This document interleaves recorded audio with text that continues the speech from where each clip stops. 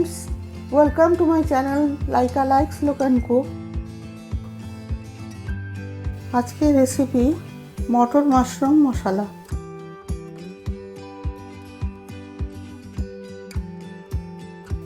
রেসিপিটি বানাবার জন্য যা যা লাগবে সেগুলো আমরা দেখে নিই।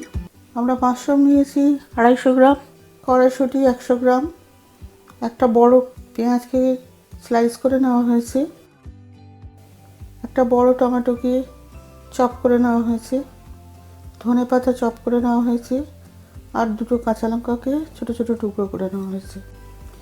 এছাড়া লাগবে দারচিনি দুটো পিস, ছোট ছোট এলাচ 2-3টে, কসুরি মেথি 1 চামচ, জিরে গোটা জিরে 1 চামচ,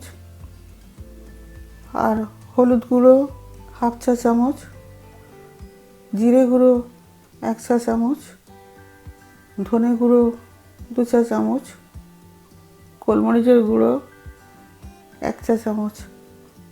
এছাড়া আদা রসুন বাটা 1 চামচ করে, নুন আন্দাজ মতন, তেল আন্দাজ মতন, গরম মশলা 1 চা চামচ। কড়া গরম করে নিয়ে 2 থেকে 3 চামচ আমরা তেল দিয়ে দিলাম। তেলটা গরম হয়ে যাওয়ার পর আমরা ছোটো এলাচ দারচিনি দিয়ে দিলাম, তার সাথে দিয়ে দিলাম গোটা জিরে। একটু নাড়াচাড়া করে দিয়ে পেঁয়াজ কুচিগুলো দিয়ে দেবো।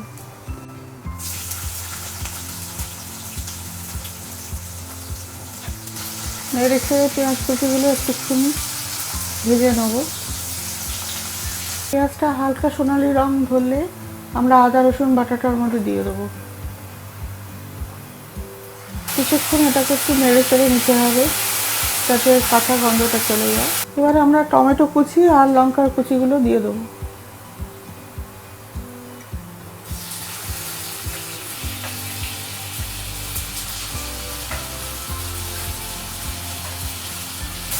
একটু নেড়ে দিয়ে 1/2 চামচ মতন নুন এর মধ্যে দিয়ে দেবো। ভালো করে মিশিয়ে একটুক্ষণ নাড়তে হবে। 2-1 মিনিট নাড়ার পরে এবার আমরা এতে দিয়ে দেবো হলুদ গুঁড়ো, জিরে গুঁড়ো, ধনে গুঁড়ো আর গোলমরিচের গুঁড়ো।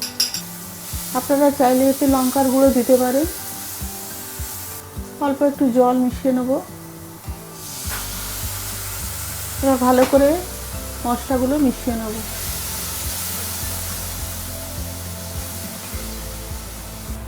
1 মিনিট নাড়াচাড়া করে নেওয়ার পর আমরা এর মধ্যে কড়াইশুঁটিটা দিয়ে দেবো।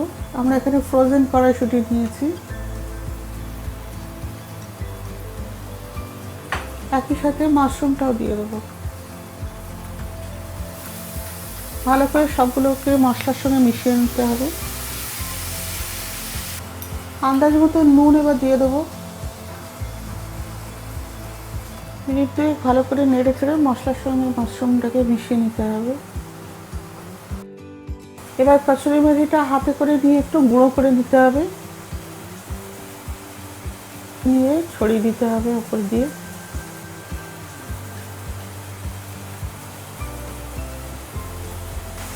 একবার মিশিয়ে দেবো নেড়ে।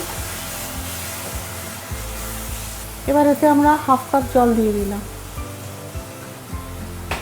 ভালো করে নেড়ে নিয়ে মিশিয়ে নিয়ে আমরা এবার এটিকে ঢাকা দিয়ে দেবো। ঢাকা দিয়ে আমরা মিনিট 2-3 রেখে দেবো। ফ্লেমটা আমরা মিডিয়াম থেকে লোতে রাখবো।